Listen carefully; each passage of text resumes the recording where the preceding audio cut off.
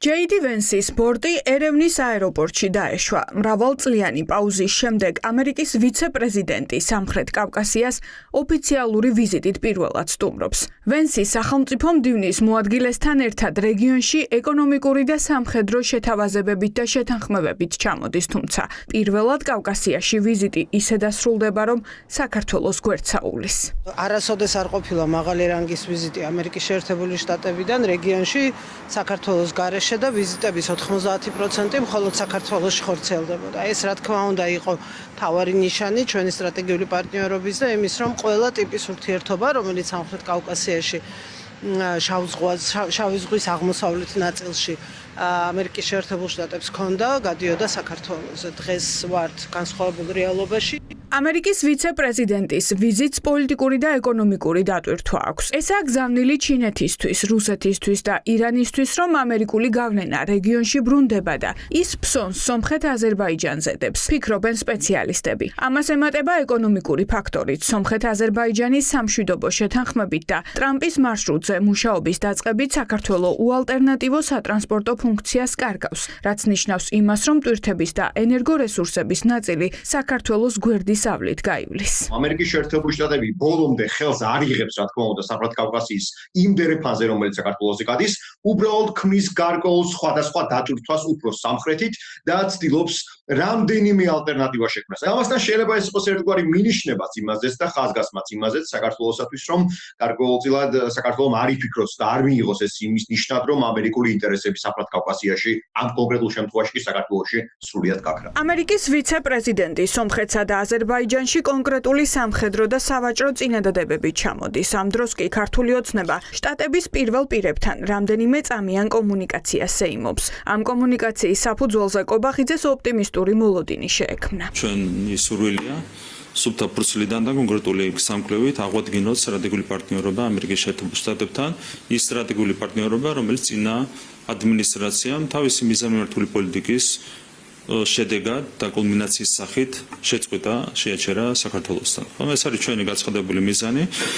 კიდევ ერთხელ ვიტყვი, რომ ბატონი რუბიოს ეს ასე ვთქვათ, გზავნილი გვაძლევს ოპტიმიზმის საფუძველს და არჩენი უნდა დავალოდოთ. რაც საჯაროდ ვნახეთ, მხოლოდ ამერიკის ვიცე-პრეზიდენტის თბილი მისალმება და მარკო რუბიოს გაღიმებაა. ეს ფოტოებიც ქართულმა მხარემ გაავრცელა. მიხეილ ყავალაშვილი სამთავრობო მედიის ეთერში რუბიოსთან და ვენსთან მისალმებას შეხვედრება დასაღებს. სასიამოვნო იყო, რომ მისალმების შემდეგ მარკო რუბიო მომესალმა და შემდეგ JD Vance პატარა თბილი, გულწრფელი და პოზიტიური საუბარი შედგა. ძალიან თბილად მოიხსენია ჩვენი ქვეყანა ამერიკის ვიცე-პრეზიდენტმა. ნიშნავს თუ არა ვენსის მისალმება და რუბიოს გაღიმება შტატებთან ურთიერთობების დალაგებას. ოცნებაში ხვდებიან, რომ გადატვირთვა მალე ვერ მოხდება, ამიტომ დროს ისევ წელავენ. ყავალაშვილი ამბობს, რომ თანამშრომლობის აღდგენას დიდი დრო სჭირდება. მასთან ერთად მილანში მყოფი მაკა ბოჭორიშვილი კი ამტკიცებს, რომ სახელმწიფო მდივანთან ორმხრივ ურთიერთობაზე ლაპარაკი მოასწრო, ოღონდ ისე, რომ ამ კომუნიკაციის არც ფოტო და არც ვიდეო მასალა გავრცელებულა. ერთი რამ, რაც ცხადია და გაცნობიერებულია, არის ის, რომ ახალ ადმინისტრაციას აქვს ძალიან ნეგატიური მემკვიდრეობა საქართველოსთან მიმართებაში, რაც დახვდათ და სახელმწიფო მდივანმა ცალსახად განაცხადა, რომ ეს ყველაფერი უნდა გადაიხედოს და საქართველოსთან ურთიერთობები გარკვეულწილად უნდა წამოიწიოს ამერიკის შეერთებული შტატების დღის წესრიგში. რა მოხდა რეალურად მილანში, არავინ იცის. ამ შემთხვევაში მხოლოდ ქართული ოცნების პირველი პირების მოყოლულს უნდა დავაყრდნოთ, რადგან სახელმწიფო დეპარტამენტს ამ კომუნიკაციაზე არსად არაფერი დაუწერია. შეხვედრა რომ ყოფილიყო, ან რუბიოს სინანული გამოეთქვა, სავარაუდოდ ამერიკული მხარეც ჩათვლიდა საჭიროდ განმარტების გაკეთებას.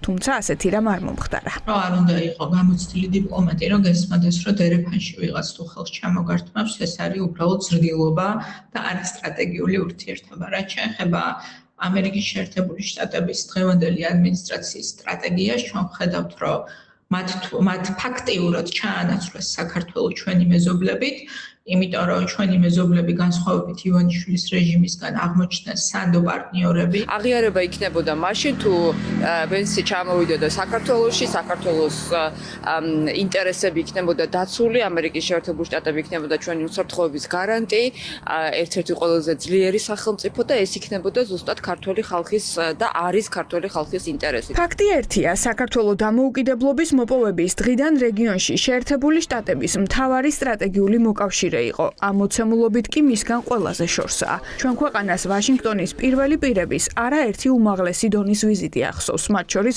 ქართული ოცნების პირობებშიც. სახელმწიფო მდივანი მაიკ პომპეო თანამდებობაზე ყოფნის ბოლოს რეგიონს ეწვია და საქართველოშიც ჩამოვიდა. ახლა კი ისტორიაში პირველად დღის წესრიგში სომხეთი და აზერბაიჯანია. ჩვენ არა.